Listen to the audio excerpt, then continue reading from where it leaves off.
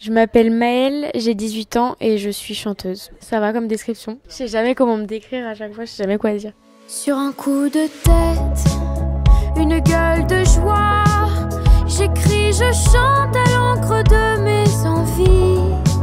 Sur un coup de tête, une gueule d'effroi, je fuis, j'évite l'ivresse des interdits. J'ose encore, j'ose plus fort. Souvent quand on sort d'une émission, on veut tout de suite faire et peut-être que c'est difficile de tout de suite faire et de pas trop concentrer. En plus, moi j'avais peur de tout de suite me lancer là-dedans, donc j'ai pris mon temps. Peut-être un peu trop, hein, parce qu'il y a beaucoup de gens qui m'ont oublié, mais je regrette pas parce que justement j'ai un album dont je suis très fière, dont la qualité elle est vraiment... Enfin, je suis très contente de cette qualité-là parce que voilà, même Calogero, il est très exigeant, très perfectionniste, mais dans le bon terme, dans le bon terme, parce que c'est vrai que quand on fait un album, il faut vraiment qu'il soit... On peut pas être parfait, mais moi je voulais vraiment qu'il me ressemble et que c'est vrai qu'un album ça se suit, c'est comme une image, la pochette, tout marque en fait. Et je voulais que les gens se disent, bah elle a bien fait en fait d'attendre un peu autant de temps quoi. Moi, on m'a dit pourquoi t'as pris autant de temps, qu'est-ce que t'as fait Et c'est vrai que beaucoup de gens me disaient pourquoi on ne voit pas trop dans les médias à ta sortie de The Voice. Bah en fait c'est parce que je me suis fait être un peu discrète.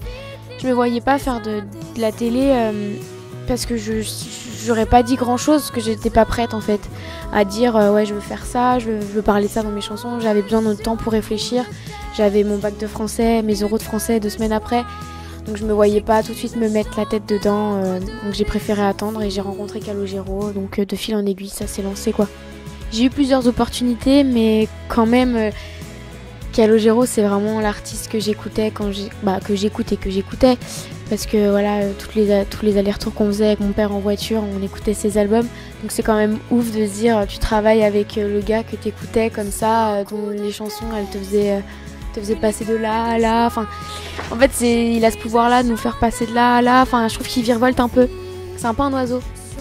Et c'est pour ça que j'étais trop fière de travailler avec lui. Enfin, moi en plus je sortais de ma campagne et là je parle avec Calogero, j'arrive en studio.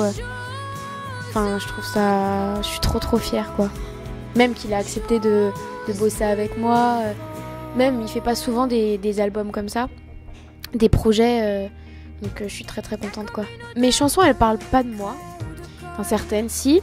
Comme sur un coup de tête où tu l'as fait.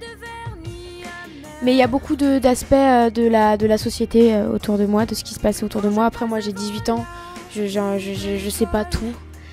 C'est compliqué de s'exprimer sur l'écologie, mais quand on a le pouvoir un peu en tant qu'artiste de mettre en lumière des histoires comme ça, des thèmes comme ça qui sont des faits d'actualité, comme le harcèlement scolaire, l'écologie, même les familles recomposées, l'absence des parents, les chagrins d'amour, enfin c'est ce qu'on vit. Même moi je suis chanteuse et je chante ces chansons-là, mais voilà les gens qui vont écouter, ils vont se dire ah bah je me reconnais, c'est vrai dans cette société là où le harcèlement scolaire, c'est ce que j'ai voulu en fait. Cet album il a un peu plusieurs formes, plein d'histoires, plein de thèmes. Donc j'avais envie de parler. J'ai été beaucoup aidée aussi par les auteurs qui m'ont aidée parce que je savais pas trop encore voilà ce qu'il fallait dire, ne pas dire. Et voilà, c'est pour ça qu'il y a plein de formes et c'est marrant ce que tu dis, c'est vrai qu'il y a un peu ce côté voilà, de voler un peu partout dans chaque recoin quoi. Comme je l'ai dit, je sais pas tout et je peux pas dire alors ne faites plus ça. Enfin je suis personne pour dire ça. Moi je voulais juste dire ça dans mes chansons, pouvoir partager un peu mon ressenti, partager ce que je vois à l'extérieur et ce que je vois dans le monde actuel. Et c'est pour ça que ces thèmes-là étaient importants. Et dont le harcèlement scolaire qui m'a beaucoup touchée aussi.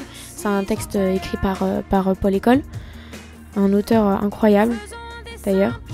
Et en fait, je l'ai jamais vécu, mais j'avais besoin de le chanter parce que moi je suis plus douée pour essayer de chanter que de parler parce que j'arrive jamais trop à dire ce que je pense. Je passe toujours par 4 chemins, je bégaye comme je sais pas quoi. Mais justement, j'avais envie d'apporter aussi dans ce côté, pas une chanson moraliste un peu, pas de se dire ne faites pas ça, c'est pas bien. Je voulais montrer qu'il y avait deux côtés, le côté harceleur et le côté victime, parce qu'on s'est déjà tous moqué de quelqu'un. Moi la première c'est déjà arrivé, voilà, on n'est pas blanc comme neige, c'est déjà arrivé et justement montrer que voilà ça s'est déjà passé, mais qu'on ne le refera pas parce qu'on sait que les mots sont tellement importants maintenant, comme on le voit avec les réseaux sociaux, toutes les machines ont un cœur en parlent. C'est vrai qu'en plus, d'être artiste, c'est difficile parce qu'on est beaucoup exposé, donc on est face à des critiques, il y a le cyberharcèlement aussi. Donc c'est pas toujours facile. Et c'est pour ça que je voulais chanter cette chanson-là, pour montrer que les mots peuvent être ça peut être très brutal et faire beaucoup de mal. Toutes les machines ont un cœur, t'entends? Toutes les machines ont un cœur dedans. Qui bat, comment se bat maman, comment se bat pourtant. Ce que j'aime avec cette chanson, c'est qu'elle est hyper métaphorique et que plusieurs personnes peuvent la comprendre différemment. Donc il y a l'aspect des réseaux sociaux, mais il y a aussi cet aspect de toutes les machines ont un cœur, parce que forcément maintenant on utilise tous les téléphones, les ordinateurs, la technologie en elle-même avec internet, c'est incroyable. Forcément on vit dans un monde connecté, moi la première. Et en fait à travers ça on se demande si comme ça a tellement pris de l'ampleur et que maintenant on vit que par ça, est-ce qu'il y a toujours quelqu'un derrière ou est-ce que c'est totalement la machine? Et c'est ça qu'on a voulu faire, c'est ça qu'on a voulu dire dans cette chanson-là. C'était que en fait ça a tellement pris le dessus qu'on se dit est-ce que là justement cette machine, il y a quelqu'un derrière? Quand on voit, et je reparle des réseaux sociaux, quand on voit un commentaire ultra dur, ultra méchant, est-ce qu'on se dit mais est-ce qu'il y a vraiment quelqu'un qui a pu écrire ça? Est-ce que justement voilà, c'est ça qu'en fait on a voulu dire dans cette chanson-là.